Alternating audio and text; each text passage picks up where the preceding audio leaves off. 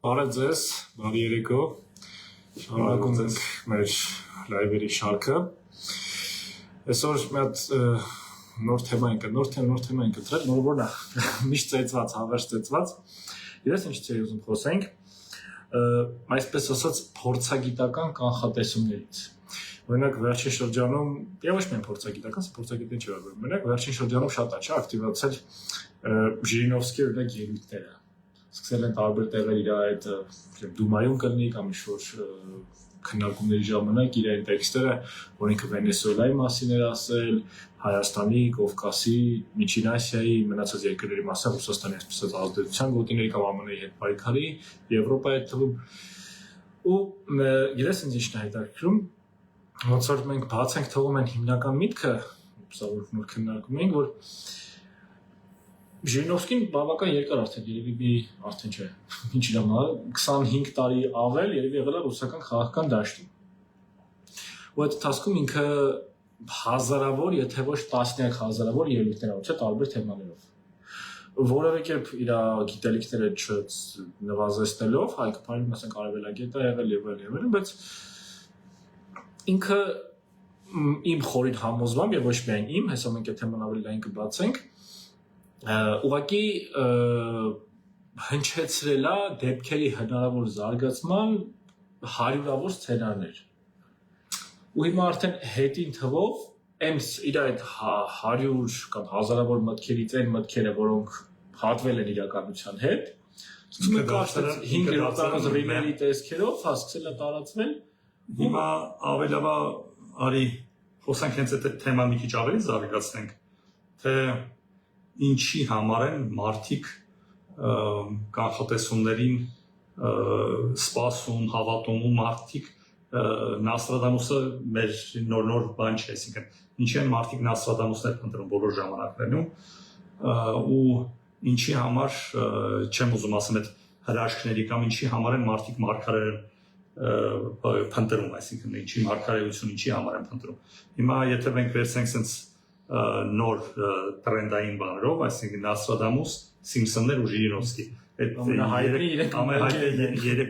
երեք բլոգերները, որոնք որ ամենաշատը տարածվող բոլոր սիտուացիաներում կապ չունի Վենեսուելայի խնդիրը, Կուբայի խնդիրը, իրանք մի հատված, չգիտես որտեղից գտնում են ու դնում են ու դա զարգացնում են, բայց ես կուզեի մի հատ հետաքրքիր ենթադրենք Սիմփսոնները մոտ 800 սերիա ունեն, եթե ժամային առումով նայենք, ինքը հազարավոր ժամ էր։ Նույն Ժիրինովսկին 30-40 տարի քաղաքականության մեջ է եղել ու ամեն օր ելույթներ ա ունեցել ու այդ ելույթների մեջ հազարավոր պրոգնոզներ ա տվել։ Հիմա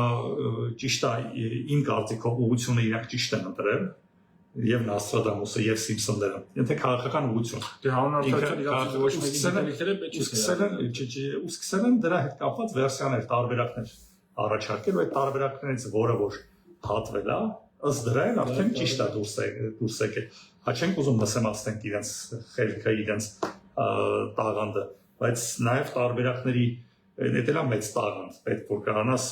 հարյուրավոր տարբերակներ, հարյուրավոր հազարավոր տարբերակներ ներկայացնես, որից մեկը ճիշտ է մոտավոր է ներկայացվում, ինչ որ բանա սխալվելու Դե ասում են, չգիտեմ, մարդը պայմանական 10 տարի առաջ էր դա կանխատեսել չէր կարող։ Ինքը բայց ինքը այսինքն դաշտանից լայն են վերցնում ու վերցնում են դրա վրա։ Ստեղ ինձ բայց դա հարց է առաջանում, որի մեկը երբեք չէր անցել։ Այսինքն հաջողության հասնելու համար այդ ոլորտում, դա քաղաքականության մեջ լավ է Ժիրինովսկի օրինակն ենք դիտարկում, պետքա շատ խոսալ, պետքա շատ վերսաներ առաջարկել։ Այսինքն սա ստատիստիկայի մասին է։ Ինձ թվում է քաղաքական, ինձ թվում է ուրիշ բանի մասին է, փորձելու մասին է, պետք է շատ փորձել։ Եթե որ վերցնում ենք ցանկացած բնակարան կրակելու ինքը շատ հայ, դու պետք է շատ փորձես։ Եթե փորձում ես, ինքը քայլը ներում է, բայց այստեղ մի խնդիր էլ կա, որովհետև հիմա այդ Թալեբը եթե վերցնում ենք, Թալեբը ինքը փորձեց այդ գուշակությունների կանխատեսումների ցիկլը ինքը վերացնի ու ինքն նոր ձևով բանանի, ինքը առաջարկեց այդ սև կարապի գաղափարը, որ կարող եք 100-ավոր վերսիաներ առաջարկեք, բայց մի տեղից մի հատ նենց բան կարող է լինի, ծլի, որ այդ բոլոր ձեր վերսիաները զվարճացնի։ Ինքը այդ մարդն էլ ինքն իր տարբերակն է, որը որ հիմա Հիմա պայմանական ասենք հիմա Ժիրինովսկիները իրենք որոշակի նաև տրամաբանական գիտական ցիկլով փորձում են ինչ-որ տրամաբանական շղթա ստեղծել, թե որ տարբերակներում ինչ կարող լինի, այս մարդն դուրս է գալիս հակառակ ծայրահեղություն, ասում է ձեր բոլոր գիտական միտքը ինքը զրոյական է, որովհետև կարող է մի հատ նենց բան տեղի ունենա, որ ձեր բոլոր թեզերը, բոլոր կանխատեսությունները զրոյացվի։ Իմ իրելից այս մասով ես նոր ինչ ծեփ կարապը ասացիր, այդ գրքի վերնագիրը որտեղից է առաջացել։ Ուրեմն մարդիկ միշտ մտածել են որ սև կարապ գոյություն ունի, կարապները միայն սպիտակ են լինում, մինչև Ավստրալիայում ես ինչ որ թվականին հայտնաբերել են սև կարապ։ Ստեղ ես Թալեբի հետ համաձայն եմ ինչու։ Այն փաստը, որ մենք սև կարապ չենք տեսել մարդկությունը, վերջինի շրջանում գոյություն չունեն։ Իր հիմնական մեխը այդ է, որ մի բանի մասին տեղեկատվության բացակայությունը դեռ չի նշանակում, որ դա չկա, կամ գոյություն չունի։ Բայց այստեղ մի հատ դիլետանտների ձեռքում մի հատ կոզեր ենք տալիս, որովհետև այդ նաև կոզերը տալիս բոլորին ասում են գիտեք ինչ կա, դուք տրամաբանական շղթա մի գտեք, որևէ բանում ինչ որ պետք է լինի, այսինքն մի օր մեկը sense մի հատ բան կլինի ու դրա համար կամ ենթադրենք ոչ մասնագետ է, որը որ երբևիցե բժշկությամբ, գիտությամբ, քաղաքականությամբ որևէ դպրոց չի ավարտել, որևէ գիծ չի կարդացել, ինքը կարա երկիր ղեկավարի, կարա բժշկական հաստատություն ղեկավարի, երբևիցե ավտո չտեսած մարդը կարա ավտովարի, երբևիցե ինչ լինելու է կլինի, այսինքն քեզ նայես, եթե քեզ դու քո ձեռքին եղածը փոխանցում ես ինչ-որ մեկին, ասում ես մեկը գիտեք ինչ կա, ես չէի կարա լինի, որովհետև ինձ բոլոր ոչ պրոֆեսիոնալների ձեռքում ինձ հնարավորություն ատալ է, ասում մեկը ով է լինել, նույնը կլիներ։ Այսինքն մեկը ինչը նույն Հայաստանի ճակատագիրը ով է լինել, նույնն է լինելու, նույն Ղարաբաղի հետ կապված ով է լինել, նույնն է լինելու։ Այդպես չի, ես կարծում եմ ոչ թե այս Հայաստանի ճակատագիրը մենք վերադառնանք, բայց դες չէ՞ ճիշտ ասեմ, դա ոչ թե ես կասեմ, ոչ թե դիլետանտները, դա մանիպուլյատորների ձեռքին է գործիք, ասեմ խի, որովհետև նույն Թալեբը ինքը մյուս իր գրքում է հակափխրունություն, տենց է թարգմանում, հա, անտիխրունություն, ինքը ասում որ anti-fragile գոյատևում են այն համակարգերը, ովքեր դաժե կարող են դրանք իրանք Դարվինին հետ գնանք, ովքեր ավելի ունակ են այդ փոփոխվող աշխարհում արագ ադապտացվել։ Համաձայն եմ։ Հիմա այդ դեպքում արդյոք այդ ամեն ինչ կանխորոշված էր թեզը ճիշտ է, չէ՞, բնավ։ Ինքան դրա մասին Թալեբը չէր խոսում։ Ուրիշ բան իր խոսածից կարելի է կեղծ հետևություն անել դրա մասին։ Գիտակցված, դիտավորել սխալ հետևություն անել։ Բայց ինքն ասում համակարգը պետք է ուղղակի պատրաստված լինի։ Հիմա ինքն սեմիատ ուրիշ բան էլ կա, որ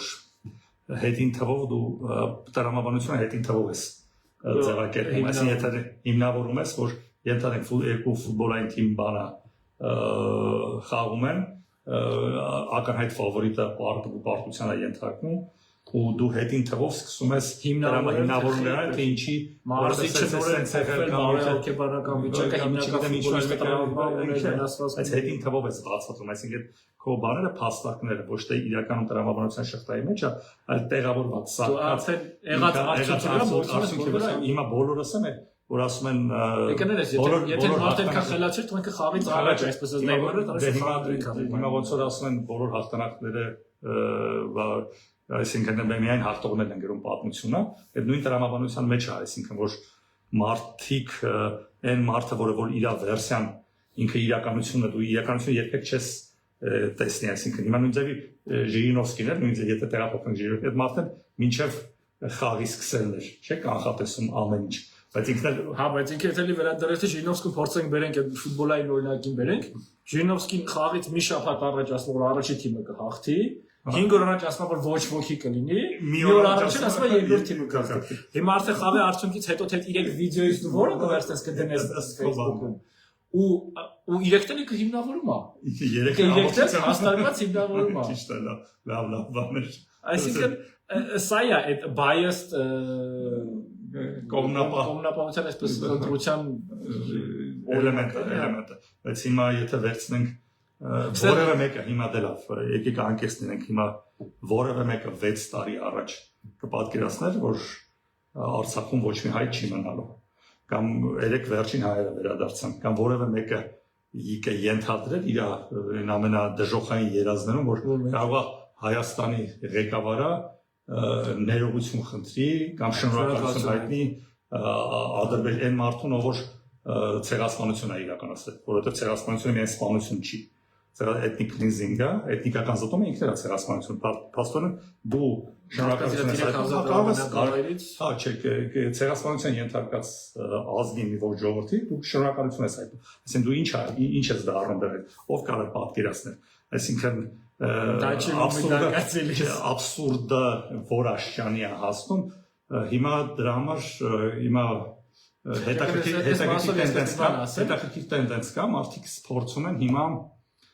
ամենաաբսուրդային մտքերը հայտնեն, որ հետո ասեն, որովհետև հնարավոր չի։ Հիմա կարող է Դե նկատենք 6 տարի առաջ ոչ մեկ sense կանխատեսում չէր անի։ 6 տարի առաջ ոչ մեկ չէր ասում Հայաստանի ղեկավարը Ալիևի շնորհակալ։ Հիմա կարող է հիմա մեկը ինչ որ բան է, կարող է ասի, որ ինչ որ 6 տարի հետո հնայի, եթե նույն տրամաբանության կգնայի, թե ինչ կարաս պատկերացնես, ինչ կանխատեսումներ կարաս անես։ Դաժե վախենալու է։ Դաժե վախենում եմ կանխատեսումից, քանի որ ինչ որ վախենալու կանխատեսումներ, վախենում եմ թե ինչ կարա անի 6 տարի հետո ու Ադրբեջանը ինչ կարա բան անի, բայց նաև կարա հակառակ էֆեկտը լինի, որ կարող է ինչ որ հրաշք լինի, որ Ալիևը, Ալի Դրականովը, Ալիևը ներողություն խնդրի իրականացված ցեղասպանությունների հայ կանանց այդ նույն կարող Ալիևը չլինի էլ ընդհանրապես 6 տարի հետո։ Դե հիմա կամ Թուրքիան ու բանը Հայաստանը միավորվեն իրար հետ Ադրբեջանի դեմ ինչ որ ճակատ կազմեն ինքը փորձեն բանալել։ Այս վտանգավոր դաշտ է։ Բայց արի եթե զուգահեռ ենք դառնում, նույն այդ Սև Կարապից չէ՞ մենք սկսեցինք։ Օրինակ ինձ թվում է Նիկոլ Փաշինյան, նո այսինքն 18 թվականի ադարձան Նիկոլ Փաշինյանի իշխանության գալը ինքն էլ էր Սև Կարապ։ Առնվազն Ալիևի համար։ Գուցե նաև գեոպոլիտիկ խաղացողների համար։ Ինչ որ առումով 16 թվականի որ Սև Կարապ դու ասում ես դու տրամաբանական շղթան դու չես տեսնում։ Այսինքն Նիկոլ Փաշինյանը ինքը չծնվեց Նիկոլ Փաշինյան։ Ինքը Ռոբերտ Քոչարյանի ու Սերժ Սարգսյանի ծնունդն է։ Ինքը իրանց քաղաքական ծնունդն է։ Ինքը օրինաչափ ծնունդ է ինքը։ Ոչ թե ինքը դու 16 թվականին պայմանական ՊՊՑ գնդի գրավման ժամանակ Նիկոլ Փաշինյանի բանա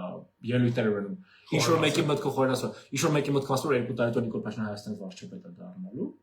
Արի անկեղծ լինենք։ Ես հասկանում եմ, թե դու ուր կարաս տանես նույն ասենք քո գործերը այդ թեմը, բայց ես շատ ավելի շուտ եմ բանարել, բայց էլի абսուրդի հասնող աշճանի, բայց երբևիցե ինչ որ գործընթացներ կա, դրա օրինաչափություն է, որը որ վերում է դրան։ Այսինքն եթե Նիկոլ Փաշինյանը չլիներ, լիներ Ռոմանոս Պետրոսյանը։ Այսինքն նույն ձևի կարող Ռոմանոս Պետրոսյանը լիներ կամ ինչ ասեմ, Արփի Դավոյանը կարող է լիներ։ Հնարավոր էր, այսինքն նույն բանով, այսինքն ինչ տարբերություն։ Եթե գործընթացը գալիս է, այսինքն անձը ինքը իրանով որ դերակատարություն Չէ, ես հասկանում եմ դու ես տանում, որ 20 տարի 20 տարվա ստեղծած այդ համակարգը ինքան էլ մարդկանց հոգնեցել, որ ով էլ լիներ, ով էլ առաջնորդեր ճիշտ բան ճիշտ տեղում հայտնվել, կարողանալու էր գալ իշխանություն։ Ես ուզում եմ ասեմ, այդքան էլ Սև Կարապ չէր։ Ոչ թե տենց բանը հրաշք եղավ ինչ որ բան։ Լավ, այդ դեպքում ես քեզ արի ես հարցին նայենք Ադրբեջանի տեսանկյունից։ Ադրբեջանի տեսանկյունից եթե դա Ալիևը չէր կանխատեսել, եթե լավ չէ, ըստ քեզ դա կանխատեսելի էր։ Եթե կանխատեսելի էր իմ ու քո համար, վստահաբար այնտեղ են ինստիտուտները աշխատում Հայաստանի այս շատ հետաքրքիր բան ասացիր, այսինքն այն ինչ որ մեր համար կանխատեսելի է, կարող ուրիշի համար Սև Կարապ է։ Հիմա կարող է իրար կարող է մենք տեսնում ենք թե ինչ է կատարում երկրում։ Իսկ Ադրբեջանում իրանց համար այդքան նայվ ներքաղաքական բանով մենք կարող ենք տեսնել ինչ կարող լինել, բայց որ ընդհանուր Ղարաբաղ դրանով վերցնենք հիմա չեմ ուզում Նիկոլ Փաշինյանի բանը իրան զոնենք այսօրվա բանը դառնամ, փաստաբանը դառնամ, բայց դու կպատկերացնեիր, որ Ռուսաստանի, Իրանի գոյության պարագայում կամ երանախագահողների նիստի խմբի ինքը սենց սիտուացիա կլինի, որ բոլորը կհանդուրժեն եւ գեոպոլիտիկ, որ Ղարաբաղի կորուստ է։ Դա մի կողմ տնենք, այսինքն իհարկե, արի հիմա նայ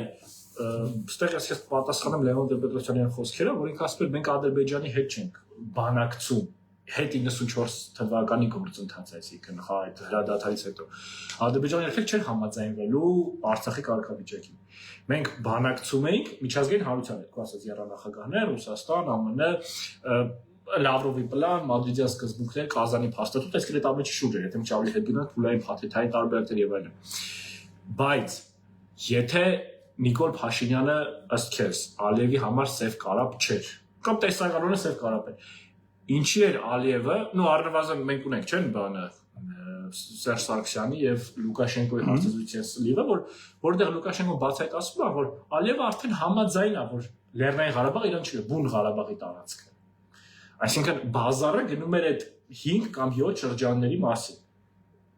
Անկամ այն թեման կար, որ $5 միլիարդ առաջարկեց Սերժ Սարգսյանին դրա դիմաց, Սերժ Սարգսյանի պատասխանը չէ $6 միլիարդ, որ նշանակում որ տեղի բյուջեների արուն են թափել, այդ հողը առևտրի առարկա չի եւ այլն։ Բայց եթե Ալիևը գիտեր, որ կամ եթե Ադրբեջանում կար մի հատ իրանց հատուկ ծառայություններում ագնիվ եւ այլն, մի հատ փորձագետ, որ ասել օրինակ Հայաստանում 20 տարվա ընթացքում քաղաքական համակարգը այնքան է բացվել, պետական ապարատը այնքան է կոռումպացվել, այնքան է մարդիկ պարտավոր հիասթափություն այնքան շատ է, որ գալու է մի հատ փողոցից ինչ-որ մեկը, ով ասել քեզ մեքենա եղեկի նստելա մի մարդ, ով կյանքում չի մեքենա չի վարել, տրավա չունի, վարելու փորձ չունի, քաղաքին չի տիրապետում, ընդհանրապես հերու, որը պետական համակարգ մի րոպե, մի ժամ չէ ինչա։ Չի պատկերացնում։ Այդ դեպքում խիրանք դրան չի սպասում։ Խեր Լուկաշենկոն Ալիևի խոսքերը փոխանցում Սերժ Սարգսյանին իր նախագահի բանը ի տարբերություն Էլչիբեի, որը ինքը մեծ քաղաքական փորձ ուներ, ինքը նաև գիտնական էր։ Որը 1 տարի չդիմացավ իշխանության։ Ու ինքը նաև իր երկրի բանը, որ տեսան իր պրավալներից հետո իրան միանգամից փոխեցին պետությունը, որովհետև ինքը օրգանիզմը ինքնառաջացման խնդիր ունի։ Նշանակում մենք այդքան սև կարապ չէ։ Եթե քո օրգանիզմը չի ինքնառողջանում, նշանակում է ինքը քո օրգանիզմի պատրաստ չէ, իմունիտետը կամ իմունիտետը պատրաստ չէ դրա։ Ուրեմն իմունիտետը արդեն այնքան քայքայվեք, այսինքն կամ էլ սերտիֆիկատը վիրուսը եկել է, դու չես կարող դաշացել ինքը արդեն իսկ օրինակ բանին HB-ի բարակայում ինքը մաքրվեց, ինքը իշխանության բերեց այն ուժերը, որոնք որ կարող են լավի ու վատի խնդիր, այլ այն ուժերին բերեց, որոնք որ կարողացան ոտքի կանգնացնել երկիրը։ Համաձայն եմ, բայց հիմա մենք այդ ինքնամաքրման գործընթացը չունենք, մենք ունենք կամ պետքա սերտաճի վիրուսը համակարգել, եթե այդպես բժշկական տերմինոլոգիայով, կամ սա բերի լետալ մահվան արդյունքի, ելքի։ Կամ էլ մենք կոսիած թեման ենք քննարկում, կամ էլ սև կարապի։ Մի հատ ուրիշ սև կարապ հայտնվի։ Սև կարապ հայտնվի Ադրբեջանում, որը որ կարող է ինչ-որ մի հատ սիտուացիայից ելնելով փորձի իր երկրի հետ սխալ քայլեր անի, որից հետո մենք կարողանանք օգտվենք ու կարողանանք մենք որոշակի հաղթանակներ ունենանք։ Դա է հնարավոր։ Հիմա այդ հույսով ապրենք, թե որևէ գործողություն չանենք, սպասենք, որ Ադրբեջանում սև կարապի ծննդի Հայաստանի համար, թե ինչ թե այդ տարբերակը ինքը ոնց որ հուսահատության եւ պայքարից հրաժարման ուղին է։ Նստենք ոչ մի բան չանենք, դե մի բան կլինի, մոտարապես այն պատմությունն է, որ մարդը բանում է աստծուն հանդիպում է, ասում է խի միլիոնատեր չդառա կամ խի լոտո չհաղթեց, ես մեկ կյանքում քանի անգամ ես լոտո արել, բարձրացնում ոչ մի անգամ չի արել։ Այնքը առանց քայլ անելու որևէ գործողություն չանես։ Նույն եթե հետևադրանք Ժիրինովսկուն, եթե Ժիրինովսկուն ընդհանրապես երբեք ելույթ չունար, հիմա այսօր իր այդ ելույթները չէին պատտվի ինտերնետում։ Այնքան փոխել, անընդհատ գալիս են կներ, որ քայլ անելուն, այսինքն նույն պատմությունը փոխում են անհատները, որ իրանք են քայլ անում։ Հիմա Միջելոս տենց թես կա, որ պատմությունը դա ուղղակի առանձին անհատների կենսագրությունն է, կյանքի պատմությունն է։ Ոչ թե ընդհանուր տենց ամբողջական բան չի, առանձին ոչ մեկ չի պատմում հարյուրավոր կամ միլիոնավոր ինչ-որ մարդկանց կյանքի մասին։ Պատմում են ողջ պատմությունը, որ մենք նայում ենք, ինչ-որ առանձին անհատների կյանքի որոշակի դրվագներ։ Պայմանական Ալեքսանդր Մակեդոնացու 20 տարինա կյանքի, հետո Հուլիոս Կեսարի կյանքի 20 տարինա, 33 տարինա, Մոցարտի օրինակ, եթե կան մի քիչ ավելի մեր ժամանակներ, օրինակ բոլորը գիտեն թե Ադոլֆ Հիտլերը ոնց դարձավ եկավ ասենք Գերմանիայում իշխանության առաջին համաշխարհային մասնակիցը, հետո ասենք դրա նացիստական գաղափարները իշխանություն զավթել եւ իր ավարտը։ Լենինի ու Ստալինի մասին բոլորը գիտեն։ Մեր օրերում արդեն Տրամպի մասին բոլորը գիտեն կամ Հայաստանում, չգիտեմ, մեծ հաշվով Նիկոլ Փաշինյանի, Սերժ Սարգսյանի, Ռոբերտ Քոչարյանի, Լևոն Տեր-Պետրոսյանի լավ եւս պլյուս ինչ-որ 10, 20, 30 մարդկանց կենսագրության մասին ոնց որ այդ բանի կինոյի մեջի մասովքերն է այսպես ընդհանուր մեկ բոլորս այդ մասովքերն են ինչ որ մեկը փոխում է մեկը գլխավոր դերում է դա կարող է լավ եւ դրական կերպար եւ ասել պրոտագոնիստ եւ կամ անտագոնիստ կարող լինի հիմա ինչ անենք որ բանի ուղղությամբ ելքը ինչը չէ միանշանակ պայքարից հրաժարվել պետք չի որովհետեւ էլի Նասիբ Թալեբի այդ anti-fragile գրքում հակապխրունությունում ինքը ասում ուղղակի համակարգը պետք է ադապտացվող լինի սա դարվինիզմի են տես դրանք դարվինիզմն է սխալ մեկնաբանվում որ ասում են չգիտեմ օրինակ բան կար այդ բաբյորները հայերեն ոնց է կողբեր Օրինակ խիա կուբերի մոտ մեծ ատամներ, չէ՞։ Դե ասում են այդ ատամները մեծ ատամներից պետք էին, որպեսզի ասենք բանը, ծառերը կտրեին, իրանց համար պլատինաներ սարքեն, բայց իրականում տենց չի։ Իրականում բոլոր կուղբերից ողջ ամնացել այն տեսակը կուղբի կամ այն գենետիկ կոդը, ով մեծ ատամներ ա ունեցել։ Այդ ընտրում ինքը Այսինքն պատմության մեջ մնում են նրանք, ովքեր կարողանում են ճիշտ ադապտացվել։ Ստեղ մի հատ կարելի բացասական կամ չէ պեսիմիստական օրինակ բերել, էլի նույն Թալեբից էլի նույն գրքից Սև Կարապի, այսինքն հետաքրքիր բան է, օրինակ է բերում, ԱՄՆ-ում է Thanksgiving գոհաբանության օրը հնդկահավը։ Ինքը ասում է եկեք իրավիճակին ենք հնդկահավի տեսանկյունից 364 օր ինքը ամեն օր քեզ ամեն օր գերակրում է օրվա մեջ մի քանի անգամ ցորենը գարին բերում է հլողացնում է մաքրում է հետևում է որ քեզ ասենք չգիտեմ ինչ որ արվեստներ չարցակնեն կամ ինչ պաշտպանված այնպես եւ այլն քեզ 365 օր է թվում որ տենց է լինել դու ունես պատմության փորձ 365 օր ունես նախկինի փորձ ունես այո 365 օրվա բայց 365 օրը տեղը անելու մեկ այլ բան եմ ասած հիմա Եթե սա մենք մի քիչ Thanksgiving-ից գանք մեր այլ իրականություն 3000 կամ 5000 տարվա ազգ լինելը որևէ կերպ մեզ չի երաշխավորում հետագա առաջիկա ասենք 3000 կամ 300 տարվա գոյության հարցում որովհետև հայերից ավելի մեծ ազգեր են եղել ոչնչացել են ավելի մեծ տերություններ են ոչնչացել անձերի Ղարաբաղում ապրողներն էլ երբեք չեն կարող մտածել որովհետև 3000 տարի իրենք այնտեղ ապրել են իրենց հողի վրա իրենք վստահ այնտեղ գերեզմաններ կային ով ասենք 7 8 10 սերունդ է հետ գնում 1800-ականների գերեզմաններ կային այսինքն մարդը ծնվել է ինքը գիտի որ իր 6 7 սերունդ նախնիները այդ հողում են թաղված ինքը այդ մարդկանց գերեզմանը տեսել է երբեք անգամ իր մտքով չէր անցնում որ իր սերունդը կամ հաջորդ սերունդը արդեն այդտեղ չի լինի Սա մի փոքր ինչ ասեմ, զգուշացում թե իրավանց այն արխային շատ արխային չընկնելու մասին է, որ 3000 կամ 5000 տարվա մեր պատմությունը մեզ չի աշխատավորում հետագա անգամ 100 տարվա համար։ Ու այն ձևի այդքան այդ 30 տարվա պետությունը արդեն չէր երաշխավորում, որ մենք հասարակությունը ինքը նախ մի անգամ սրան անդրադարձնենք շատ թեթևակի իր մեջից ոչ թե կընտրի են մարդկանց ովքեր այսին հերոս հասկացողությունը մեր մեջից նույն Մոնտեն, Անդրանիկը, Նժդե չեն լինի հերոսներ, այլ կմեն հարկատում ենթադրենք կամ ինչ-որ մարդը, որը որ ընդհանրապես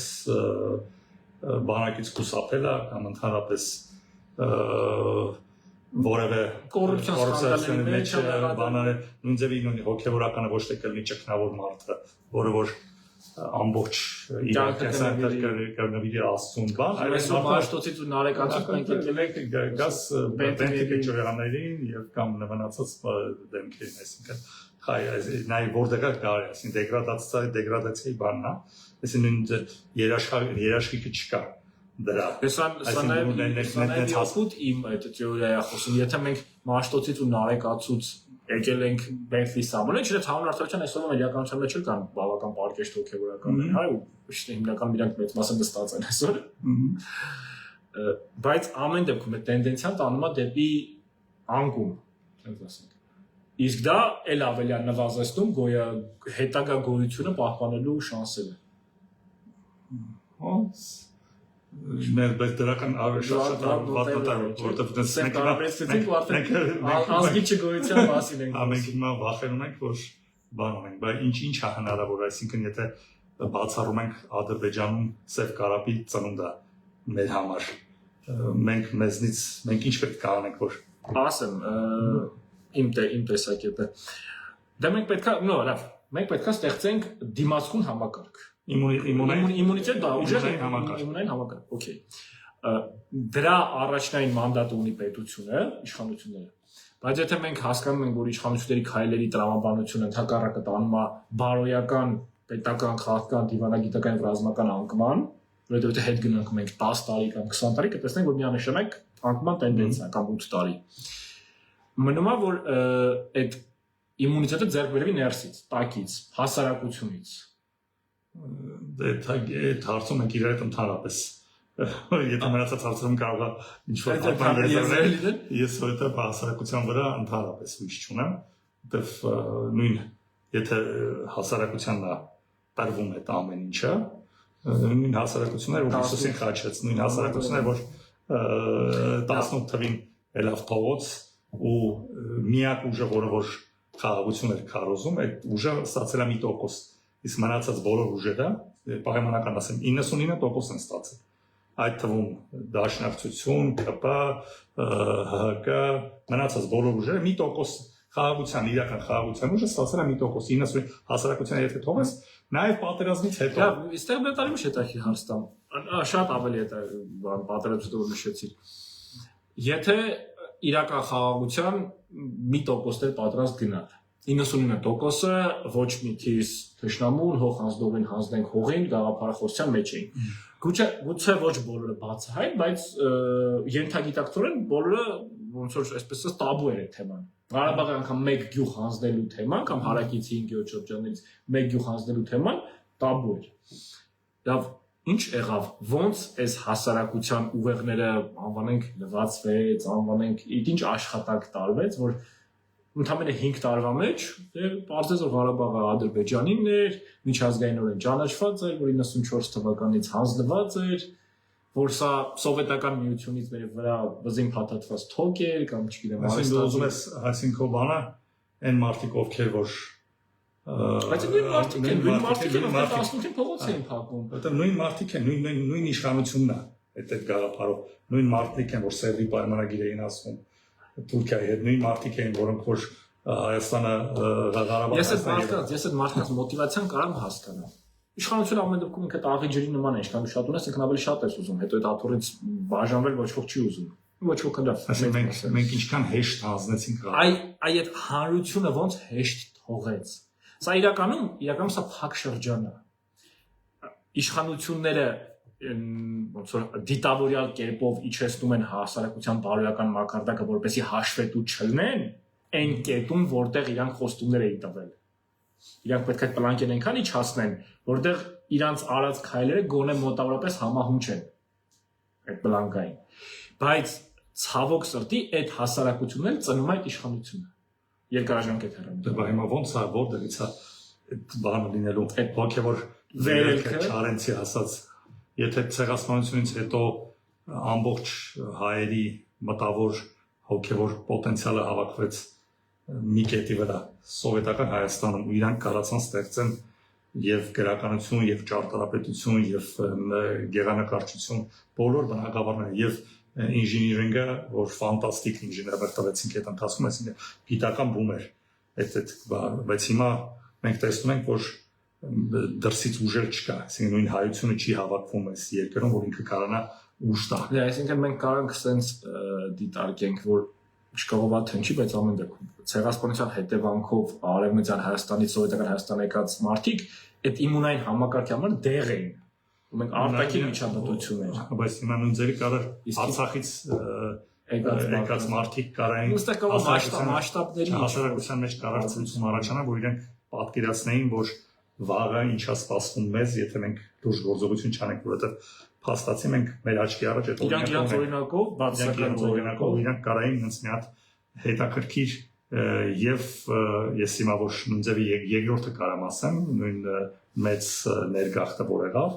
էլի ինչ որ նոր արյուն է ինչ որ բան բերեց այս երկրին այսինքն նույն սննդակարգի հետ կապված տրադիցիաների հետ կապված լեզվամտածողության հետ կապված 100,000 մարդ համաձայն եմ բայց եթե վերցնենք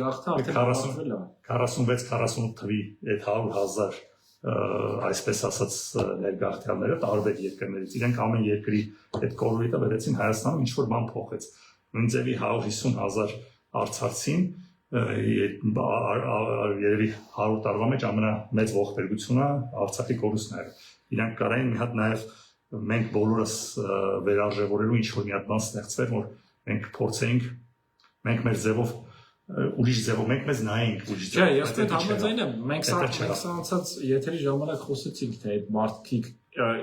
վստահաբար ունեն պոտենցիալը, բայց ինչու փոփոխություն չեն անում, ինչու բայց ես իրանք այդ մարդկանց խնդիր մենք հասարակություն որպես ինչի չփոխվեցինք, ինչի մենք չառաջացվեցինք իրականությանը, ինչի հայերեն չնայեցինք։ Նույն փակ շրջանի, որովհետև հասարակության բարոյական մակարդակը դիտավորյալ իջեցվել է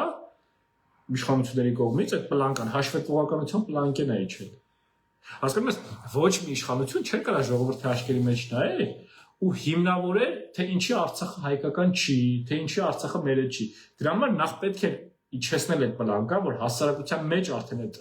թեզը մտնի, որ մարդիկ համակերպ հիմա լավ մյուս օրինակ այդ ադրբեջանական բենզինի շատ արագ թեման բարոյական դաշտից արդյոք դա ճիշտ է Ադրբեջանից ցորեն կամ բենզին բերելը, եթե այնտեղ մեր գերիներն են կամ եթե Ադրբեջանը ինչ-որ տենց ուրիշ բաներ եղավ, ասում են եթե բերով եք, այդ անհետ կորացնեն կամ մեր բենզին բերելը, ով էլ ասես կբերի, հիմա դու հեռախոսը ձեռքդ տա, դու աշխարհի որ կետից ուզում ես, դու կարաս ցանկացած ապրանք բերես։ Դե չէ հիմա տես կարող ես, այո, բայց խոսակցությունը չես կարող։ Խոսակցությունը այդ դաշտից բերվեց Էժանա թե Էժան չի։ Լավ, այս անգամ Վրաստանը որպես բարի կամքի դրսևորում մաքսատուրքեր չսահմանեց, դրա համար Էժան նստեց, բա որ մյուս բարձան թանկ լինի։ Որակապես ինքը ռուսական կամ եվրոպական կամ ամերիկյան բենզինից որակով լավն է թե չէ։ Իր մեջ ինչ-որ պարարտանյութեր կան, որոնք առողջությանը վնաս են թե չէ։ Սա էլ է օրակարգի շեղումը։ Մենք կոնցեպտուալ հարցը ծոված մտանք դետալների մեջ։ Բաներով մերժելով սև կարապը, բայց մենք այսօր երկուսս էլ ընկերենք հրաշքների ենք հավատում, որովհետև մենք տրամաբանական երկ չենք տեսնում, որ ինքնա օրգանիզմի ինքնամաքրման ինքնաբուժման երգը չենք տեսնում։ Ու քեզ մի անգամ մի հատ բան ասեմ, հետաքրքիր բան։ Ծանոթներիցս մեկը մի հատ հետաքրքիր բան ասեց, երբևէ երեկոյան այդ բանի կազինոների կողքով գնացել ես, ասեցի չէ, ասեց որ ճամփով անցնելու ես, մի հատ նայի ինչ մեքենաներ են կանում։ Դե ես ասի այնց հնարավոր է որ այնց Bentley-ներ, Rolls-Royce-ներ ասեց չէ։ Հիմնականը միջին տաքսիներ են, էժան մեքենաներ են, որովհետև այդ մարդիկ հուսահատ են, իրենք հրաշքի են սպասում։ Իսկ այն մարդը որ ինքը միլիարդներ ունի, ինքը հրաշքի չի սպասում, ինքը արդեն ինքնիանով անում է։ Հիմա մենք էլ ենք դարձել հրաշքի սպասող, այդ սև կարապի սպասող։ Եթե նախորդ անգամ մի հատ փոքր բան ունեցանք այդ Գոդոյին սպասելիս, հենց այդ ժամանակ մոռացածինք, հենց Գոդոն հենց գադ վարից է, հենց նույն մենք էլ ենք ինչ-որ հրաշքի ենք սպասում Աստծո ողորմածությունը, ու մենք քայլ չենք անում որևէ բանով, ու այդ օրինաչափության տրամաբանական ընթացքին չենք հետևում, ու դրա համար էլ ինչ անենք, այսինքն մենք էլ որ չանենք, եթե մենք չենք անում, ուրիշը ոնց անի։ Եթե մենք որ այսքան գիտակցություն ենք, այն մարդիկ էլ ընդհանրապես մենք այսքանի մասին մտածելու ժամանակ չունենք, մենք մեզ էլ Աստված այդ հնարավորությունը տվել է, որ հեռախոս ունենք, կարողանում ենք ոդքասթով ինչ որ արտահայտենք մեր մտքերը, մարդիկ ժամանակ էլ չունեն, հայ ռեսուրս էլ չունեն որևէ այդպես արտահայտվելու, ինչ անեն, այսինքն որ վերադառնալով բանը մկների ժողովին, այս ազնիվ սեղը սենց կենալ կորի, իսկական սենց կենանք ու կորի, որովհետև ու էտ ենք տեսնում, որովհետև ոնց կցում բռնում դա է գալիս։ Բայց նա դրական բան ասում, որ դրականով դու ես։ Դրական ասում, լավ, փորձեմ։ Իմ կարծիքով լուծումներից մեկը կարող է շատ բան հնչի, այսպես ասած, տրիվիալ հնչի, բայց քննադատական մտածողության զարգացումն է ամեն առանձին անհատի մոտ։ Որ ինքը իրան հարց տա, ինչ ունեինք, ինչ ստացանք, ոչ թե առանց էմոցիաների։ Հա, այսինքն այդ մտածողության երկու մակարդակ կա, չէ՞, կարճ իմպուլսիվը եւ արագ ավելի խորքային։ Հիմա այս 21-րդ այս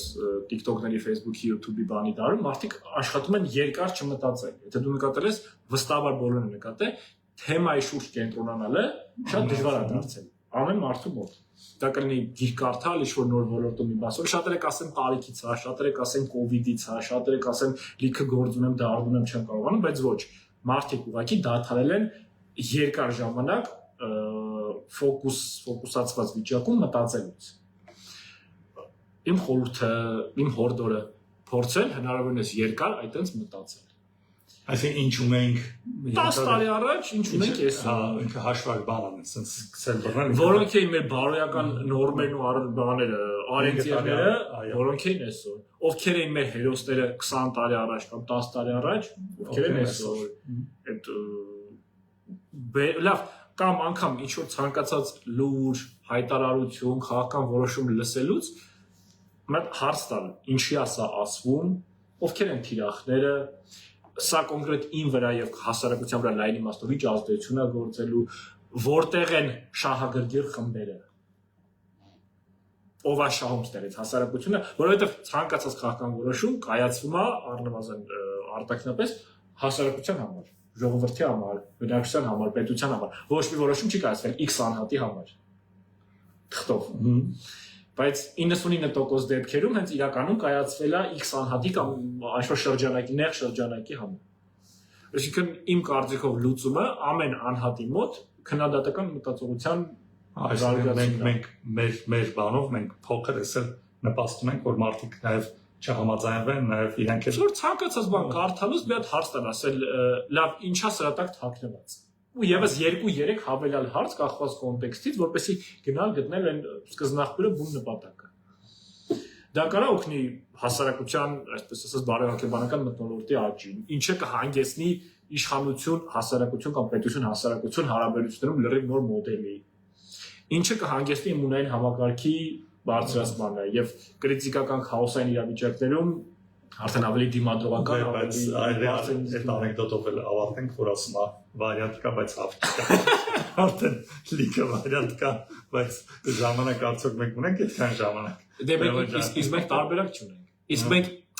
այս զրույցը, արի անկեղծ, այս զրույցը ակտուալ էր անգամ 21 թվականին։ Այսօրվանից եթե մենք 5 տարի հետ գնանք, այս նույն բառերը կարելի ասել, հա, իրադարձությունները ո՞նչ փոխվել էին։ Բայց ընդհանուր տենդենսը նույնն է։ Արի փաստենք, որ լավ, ես ու դու եթե այդպես վերցնենք, մենք 5 տարի կորցրել ենք։ 5 տարի առաջ չկարենք այս նույնը։ Մենք այս նույն թեման, այս նույն խոսակցությունը ակտուալ էր 5 տարի առաջ։ Ես լրել ենք, ես ուզում եմ ողջունեմ, որովհետև ես զարմացած եմ, որ քո ստատուսների վրա ի տարբերությունից դու ամեն ստատուսդ ինքը գիտական մի հատ բան ես դու սկսել ես ու երբ որ ասում լայքերը քիչ են, ասում ես կապ չունի լայքերի, ես պատմության համար եմ գրում, որ ինքը չեմ ուզում բանը, բայց իսկականից արժեքավոր նյութ է ստեղծում հիմա նույն գիտնականը, լուբոյ ցանկացած մասնագետ, որ իր գործը անում է, ինքը իրան անում է, ինքը չի մտածում, որ վաղը սև կարապ կլինի, միսօրը դրամաբանական ընթացքը, ինքը իր դիրքն է, ինքը իր դիրքը պահում է։ Իր չափով ինքը տեսել է այսքան ծորենի մեկ հատիկն է, ես էսեմ, ես այսքանն է, ես չգիտեմ վաղը ինչ կլինի։ Ես իմ դաշտն է, ես իմ դաշտը տանում եմ։ Իմ խաչն է, ես իմ խաչը կրում եմ։ Ես չեմ նայում, որ համատարած ենթադրենք անբարոյականություն է կամ ինչ-որ շատ սուպեր բարոյականություն է։ Ես առաջարկում եմ մենք նոր խոսանք խաչի կրելու մասին։ Ոնց են տարբեր անհատներ դա տանում։ Դա ֆանտաստիկ թեմա է, իմ ամենասիրած թեմաներից է։ Հաջորդ անգամ դրա մասին խոսենք։ Դե իստամա արդեն մենք եկանք բավական դրական նոտայի։ Եթե ամեն մարդ ինքն իր ճանապարհը, ինքն իր առաքելությունը գտնում է, ինքը արդեն մեխանիկորեն ինքը սև կարապներն իրան կարած ծառայի կապույտ կարապներ տեղի եւ սպիտակ բոլոր գույների կարապները իրար հետ կապված։ Հա, բայց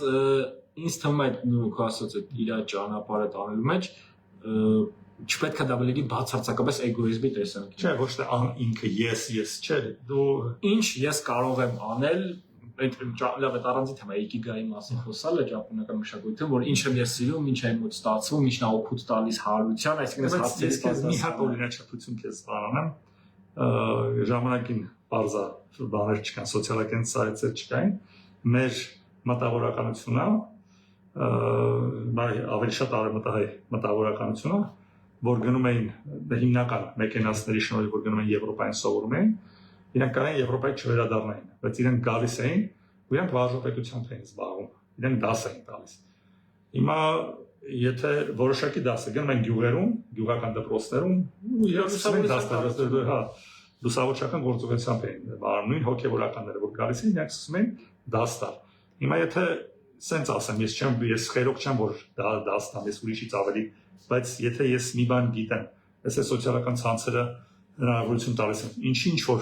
մեկի մոտ մի հատ միտք չառաջացնենք ու չփորձենք քննարկենք։ Այս դաշտը կա։ Ինչի պարտ է, ես ինչի եմ ողջերված քո այդ ստատուսներով։ Եթե դու կարող ես գրես ու որ մնա,